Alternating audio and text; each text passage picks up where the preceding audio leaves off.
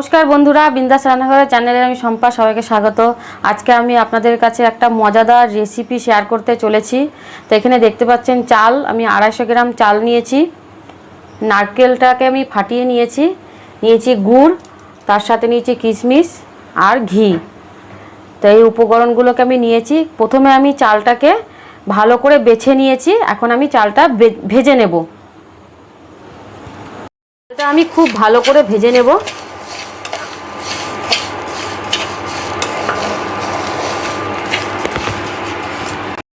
চাল ভাজা হয়ে গেছে। চাল ভেজে চালটা দেখেন এরকম হয়েছে। তো এখন আমি একটা মিক্সিং জারে ঢেলে নেব। চালটাকে আমি পিষে নেব। ঘি দিয়ে দেব।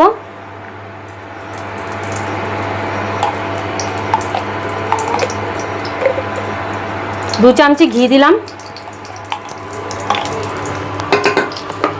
ঘিটাকে একটু হালকা করে নেড়ে নেব। এখন আমি এর মধ্যে দিয়ে দেব গুড়।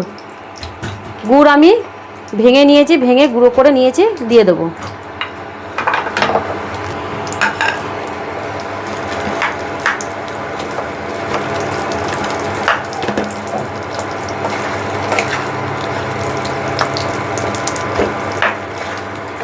গুড়টাকে ভালো করে গলিয়ে নেব। হয়ে গেছে, এখন আমি দিয়ে দিচ্ছি নারকেল কোড়া।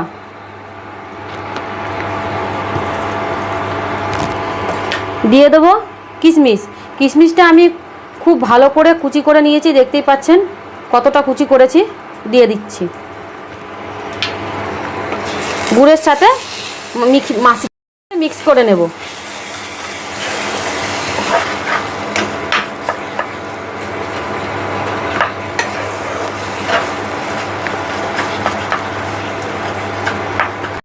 এখানে আমি ভালো করে গুঁড়ো করে নিয়েছিলাম চাল ভাজাটা, এখন আমি দিয়ে দিচ্ছি। চাল ভাজাটা যেন একটুও দানা দানা না থাকে, তাহলে লাড্ডুটা বানাতে অসুবিধা হবে। এবার আমি ভালো করে পাক দিয়ে নেব।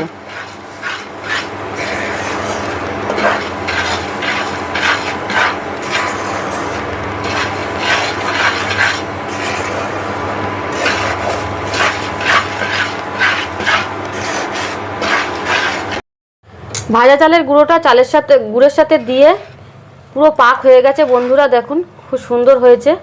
তো এখন আমি একটা থালের মধ্যে ঢেলে হালকা করে ঠান্ডা করে নেব। এখন আমি লাড্ডুর জন্য হাতের মধ্যে আমি অল্প ঘি মাখিয়ে নেব।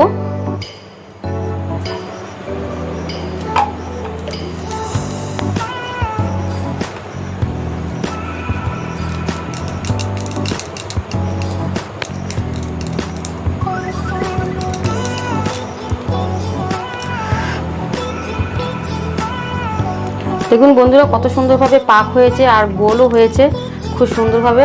এটা যত ঠান্ডা হবে তত একটু শক্ত হবে।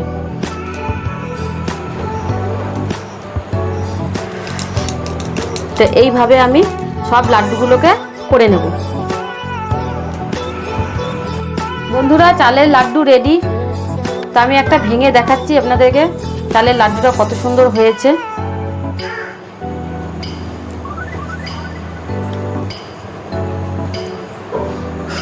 খুব সুন্দরভাবে হয়েছে আর একটা খুব সুন্দর গন্ধ বেরোচ্ছে। তো এইভাবেই আপনারা করুন, ঘরে থাকা উপকরণ দিয়ে খুব মজাদার একটা লাড্ডু, খুবই ভালো লাগবে খেতে। আর অবশ্যই লাড্ডু করে একটা কমেন্ট করে জানাবেন কেমন হয়েছে চালের লাড্ডু। আর একটা প্লিজ সাবস্ক্রাইব করে দেবেন, যারা এখন সাবস্ক্রাইব করেনি তাদেরকে অনুরোধ করছি সাবস্ক্রাইব করে দেওয়ার জন্য। আর এই গরমে সুস্থ থাকবেন, ভালো থাকবেন, বেশি করে জল খাবেন।